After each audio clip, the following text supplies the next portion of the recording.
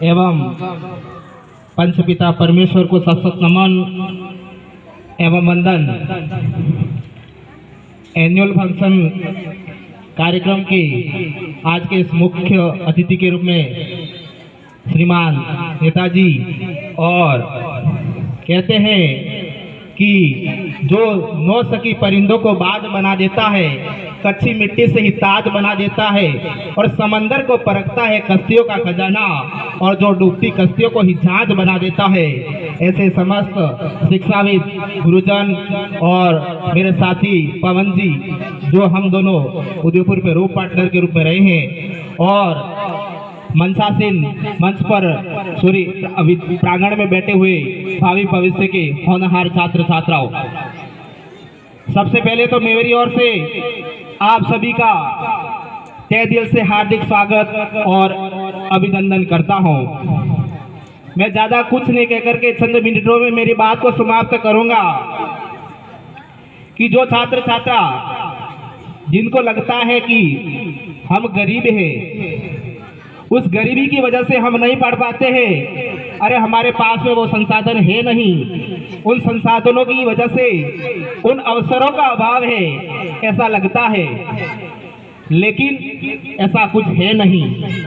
आज का इतिहास उठा करके देख लीजिए, इतिहास जीरो से हीरो बनने वाले लोगों की गाथाओं से भरा पड़ा है। ये मंचासीन समस्त जन, ये अतिथि और शिक्षाविद, ये भी एक प्रकार के संघर्ष की मिसाल है, और हमने भी वो संघर्ष झेला है, तब जाके हम आपके सामने हैं। वो मेहनत करी है तब जाके आपके सामने हैं, इसलिए ऐसा कुछ है नहीं। बहुत सारे ऐसे उदाहरण मिल जाएंगे, और डॉक्टर APJ अब्दुल कलाम, बहुत सारे, मतलब उन्होंने वो संघर्ष झेला है। मतलब आप भी मेहनत करोगे तब ही वो सफलता आपको प्राप्त होगी। एक छोटा सा उदाहरण मैं धार्मिक महाकाव्य के अंदर लेके जाता हूं कि संसार का सबसे शानदार धनुधर कौन हुआ। संसार का सबसे शानदार धनुधर मेट्रोपॉलिटन सिटी हस्तिनापुर में रहने वाला एलिट क्लास का बच्चा महाराजा धीराज पांडु का बेटा अर्जुन, जिसके पास में आयुधों के नाम की कोई कमी नहीं थी। अरे गांडीव जैसा दिव्य धनुष था, और गुरु द्रोणाचार्य जैसे अद्भुत कोच की गाइडेंस पर जो प्रैक्टिस किया करता था। दुनिया भर की भौतिक सुख सुविधा उसके पास में थी, लेकिन वह अर्जुन दुनिया का सबसे शानदार धनुधर नहीं हुआ था, लेकिन एक दूसरा था उससे ज्यादा नहीं हुआ।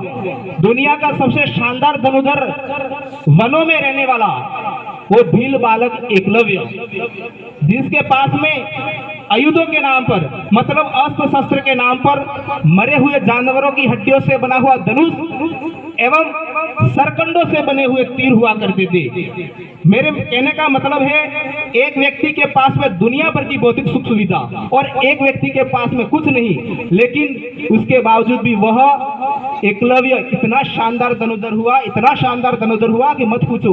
होता क्या है कि एक दिन पांडव वन में आखेट खेलने के लिए जाते हैं, और उनका कुत्ता भटकता हुआ उस एकलव्य की कुटिया के सामने भोगने लगता है। तब वो एकलव्य ऐसा संसाध करता है कि 7 तीर मारता है। अरे सातों के सातों तीर उस श्वान के मुख में जा फंसते हैं, और रक्त की एक बूंद तक नहीं गिरती है, और उस कुत्ते का भोगना बंद हो जाता है। इतना सटीक निशाना था। तो मेरे कहने का मतलब है, एक व्यक्ति के पास में दुनिया भर की भौतिक सुविधा, एक व्यक्ति के पास में कुछ नहीं, लेकिन वो मेहनत के बल पर वह उससे भी आगे चला जाता है। तो मेरे कहने का मतलब है, आप जैसे मेरे पास में वो नहीं है यूं करके बहाना बना देते हो, मेरे पास में वो मोबाइल चाहिए, अरे हमारे पास में मोबाइल नहीं था। आज बहुत सारे मोबाइल का यूज कर रहे हैं, मतलब अभी मोबाइल का यूज मतलब सदुपयोग में कीजिएगा, क्योंकि कहते हैं कि अंगुलियों पे जब से चला है जहां सारा, इस बदलाव में दुनिया खोने लगी है। ये मोबाइल कमाल की चीज है छात्रों। अरे कहीं की जिंदगी बर्बाद तो कहीं की जिंदगी आबाद होने लगी है। मतलब मोबाइल का उपयोग सदुपयोग में कीजिए, तो मतलब अपने अंदर भी वो ताकत है।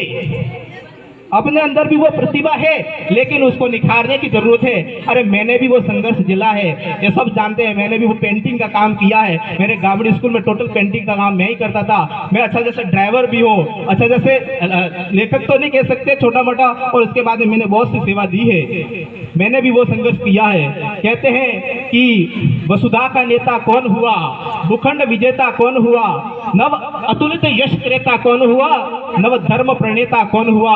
अरे जिसने न कभी आराम किया, अरे विघ्नों में रह करके नाम किया।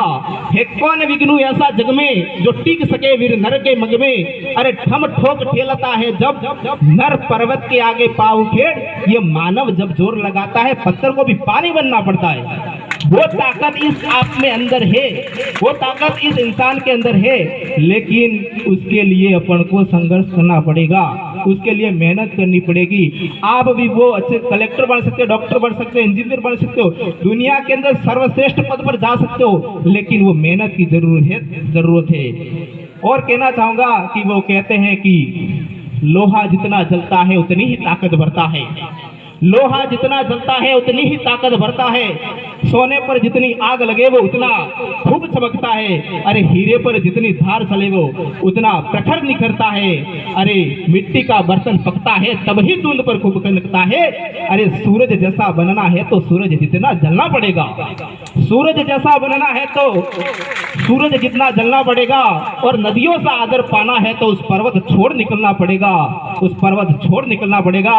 और अंत में समस्त छात्र छात्रा को शुभकामना की पंक्ति के साथ में मेरी बात को यही विराम दूंगा कि मुट्ठियों में लिए भविष्य देश का, मुट्ठी में लिए भविष्य देश का।